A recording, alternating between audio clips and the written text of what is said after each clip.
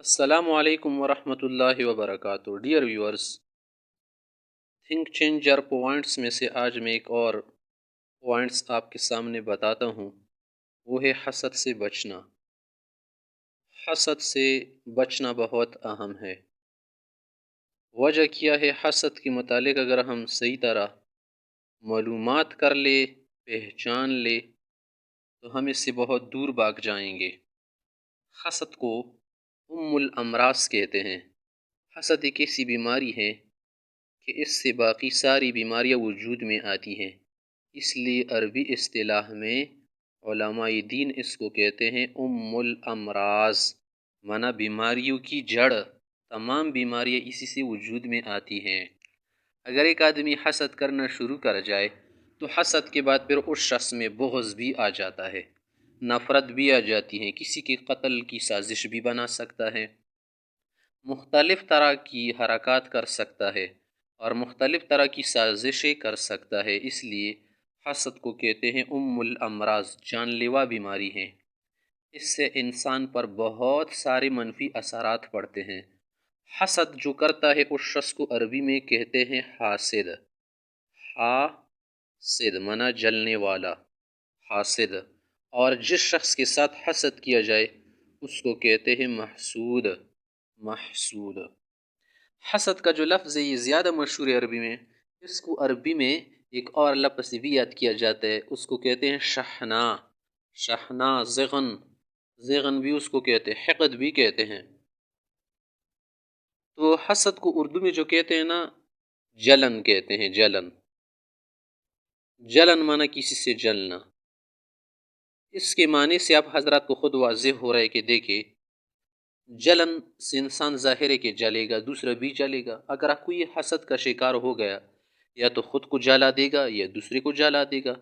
تاریخ میں ہزاروں اور لاکھوں ایسے واقعات ہو چکے ہیں کہ جن میں حاسد نے یا تو خود کو جلا ڈالا ہے یا محسود کو جلا ڈالا ہے۔ حاسد نے یا تو اپنا نقصان کر دیا ہے یا جس کے ساتھ حسد میں مبتلا تھا اس کا نقصان کر دیا ہے۔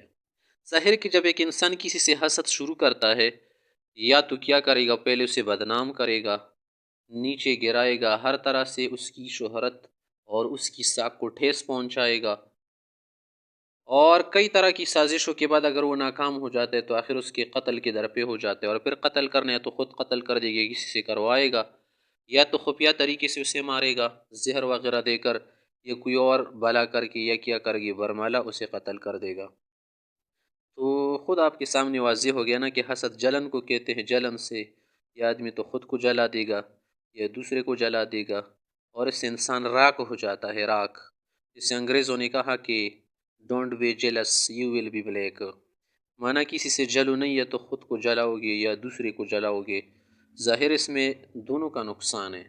یا تو حاسد کا نقصان ہوگا، وہ تو ظاہر ہے کہ اس کے جسم پر اس کی منفی اثرات پڑیں گے، یا اس کی روح پر اثرات پڑیں گے، یا محسود کا نقصان کر دے گا۔ بعض اوقات تو دونوں کا نقصان ہوتا ہے اور بعض اوقات ایک کا تو ضرور ہی نقصان ہو جاتا ہے۔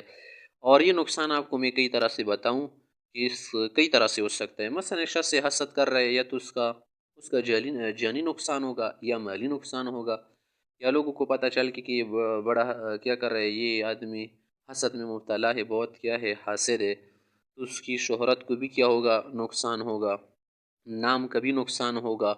لوگ اس سے دور رہیں گے کہ یہ آدمی حاسد ہے، کہیں ہمارے ساتھ حسد میں مبتلا نہ ہو جائے۔ اور اس کے علاوہ جانی نقصان بھی واضح ہے کہ کئی طرح سے ہو سکتا ہے۔ خود کا نقصان کر کے یا اس کا نقصان کر کے امراض بڑھ جاتے ہیں، ٹینشن بڑھ جاتی ہے، ذہن کمزور ہو جاتا ہے، جسم لاغر ہو جاتا ہے۔ تاریخ میں بہت سارے ڈاکٹروں نے صحت کے متعلق جو ٹپس بتائی ہیں کہ اگر آدمی صحت مند رہنا چاہتا ہے تو مختلف قسم کی چیزیں بتائی ہیں، وہ کبھی ایک دن میں آپ کے سامنے بیان کر دوں گا۔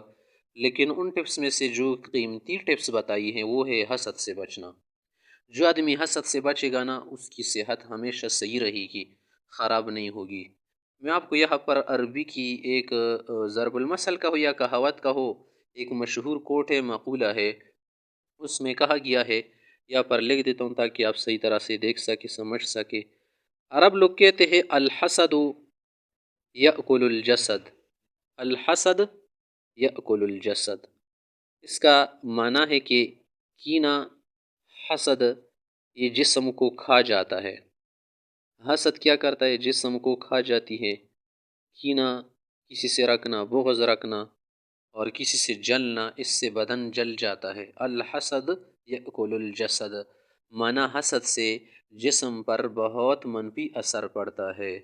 اکثر لوگ جو تندرست رہتے ہیں یا ان کی عمر طویل ہوتی ہے، وہ اس وجہ سے کہ ان میں حسد نہیں ہوتی، جلن نہیں ہوتی۔ جلن کی وجہ سے انسان بہت سارے امراض کا شکار ہو جاتا ہے، تو اس لیے اس بری بلا سے ہمیں بہت دور رہنا چاہیے۔ اگر ہم اس مرض سے، جو کہ ایک روحانی مرض ہے نا، دور نہیں رہے تو ہمارا کیا ہوگا؟ بہت بڑا نقصان ہوگا۔ اور یہ تو آپ لوگوں نے سوچا ہی ہوگا نا کہ حاسد شخص سے نقصانات کا بہت خطرہ ہوتا ہے، اندیشہ ہوتا ہے کہیں آپ کو نقصان نہ پہنچائے۔